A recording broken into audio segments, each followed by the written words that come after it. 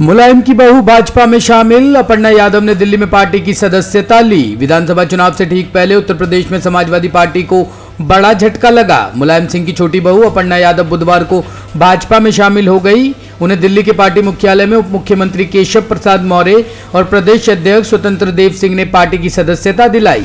बताया जा रहा है कि वह लखनऊ कैंट से टिकट नहीं मिलने से अखिलेश से नाराज थी। मुलायम परिवार में टूट की यह खबर सपा के लिए बड़ा झटका है। वहीं बड़े नेताओं के पार्टी छोड़ने से परेशान भाजपा के लिए यह राहत की खबर है। 2 दिन से ही अपर्णा के भाजपा में शामिल होने की चर्चा थी।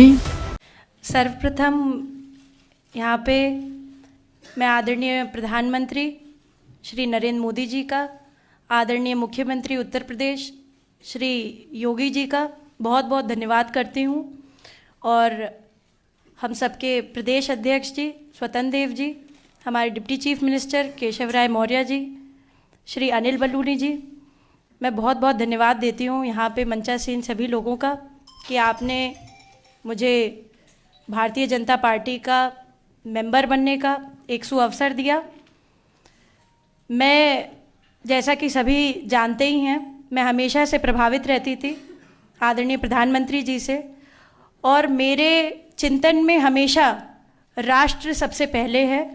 मुझे लगता है कि राष्ट्र का धर्म मेरे लिए सबसे ज़्यादा ज़रूरी है, और मैं बस यही बोलना चाहती हूँ कि अब मैं राष्ट्र की आराधना करने निकली हूँ।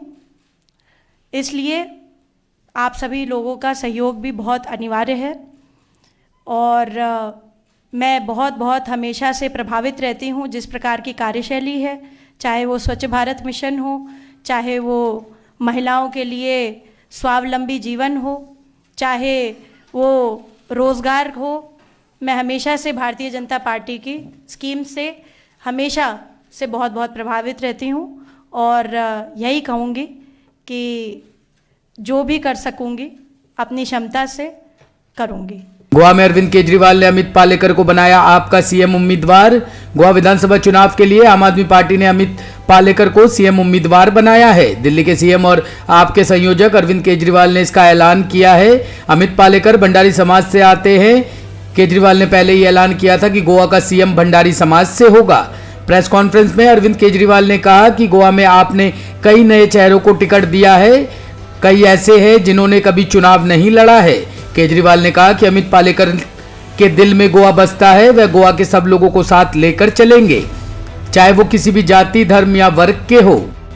एज अ सीएम कॅन्डिडेट म्हाका जी आज ऑपॉर्च्युनिटी मेळ्ळा, ती ऑपॉर्च्युनिटीचो पुरेपूर फायदो तुमकां जातलो हाजी हांव एक तुमकां गॅरंटी दिता। आनी एक Goa with vision, corruption free, which will save its talent, a Goa which everyone dreamt of, Goa which has lost its identity in last 20 years, we will get back that Goa to you. That's a promise, that's a guarantee that I am making for you. Thank you so much for giving me this opportunity. I will keep up every word that I've said.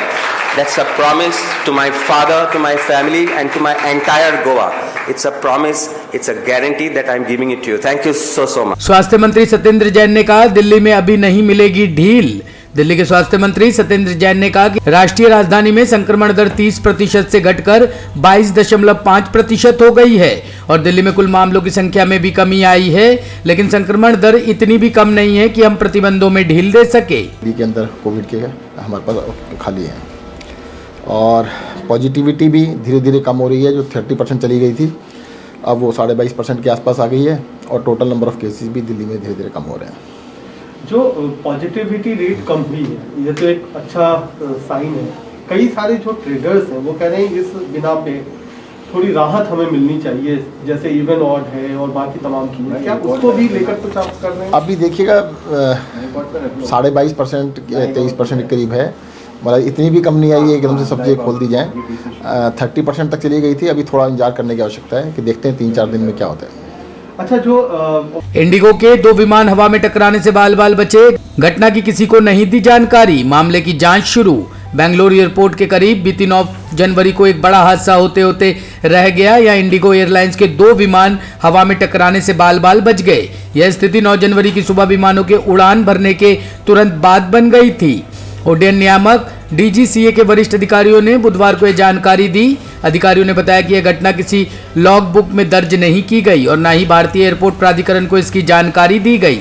एक report के अनुसार DGCA के प्रमुख अरुण कुमार ने कहा कि नियामक इस मामले की जांच कर रहा है और दोषी पाए जाने वाले लोगों के खिलाफ सख्त कार्रवाई की जाएगी। पुलवामा में आतंकी ठिकाना ध्वस्त, हथियार और अन्य सामग्री बरामद। पुलवामा जिले में आतंकी ठिकाना ध्वस्त कर दिया गया है। सुरक्षा बलों को बांदापोड़ा कोइल इलाके में आतंकियों के मौजूद होने की जानकारी मिली। इसके बाद सुरक्षा बलों के संयुक्त तलाशी अभियान चलाया। इस बीच एक खाली बैग में आतंकी ठिकाना मिला। इसमें से सुरक्षा बलों को हथियार और अन्य सामग्री बरामद हुई है। पुलिस ने केस दर्ज कर लिया है। दक्षिण कश्मीर के कुलगाम जिले के यारीपोरा और कैमूहके के बीच पड़ने वाले इलाके जियारत कैमोहो कादर रोड पर मंगलवार की शाम आतंकियों ने कम तीव्रता वाले आईईडी धमाका किया। इसमें किसी प्रकार का नुकसान नहीं हुआ। सुरक्षा बलों ने इलाके को घेर कर आतंकियों की तलाश में अभियान चलाया। पिछले 5 दिनों में घाटी में आईईडी मिलने की यह तीसरी घटना है।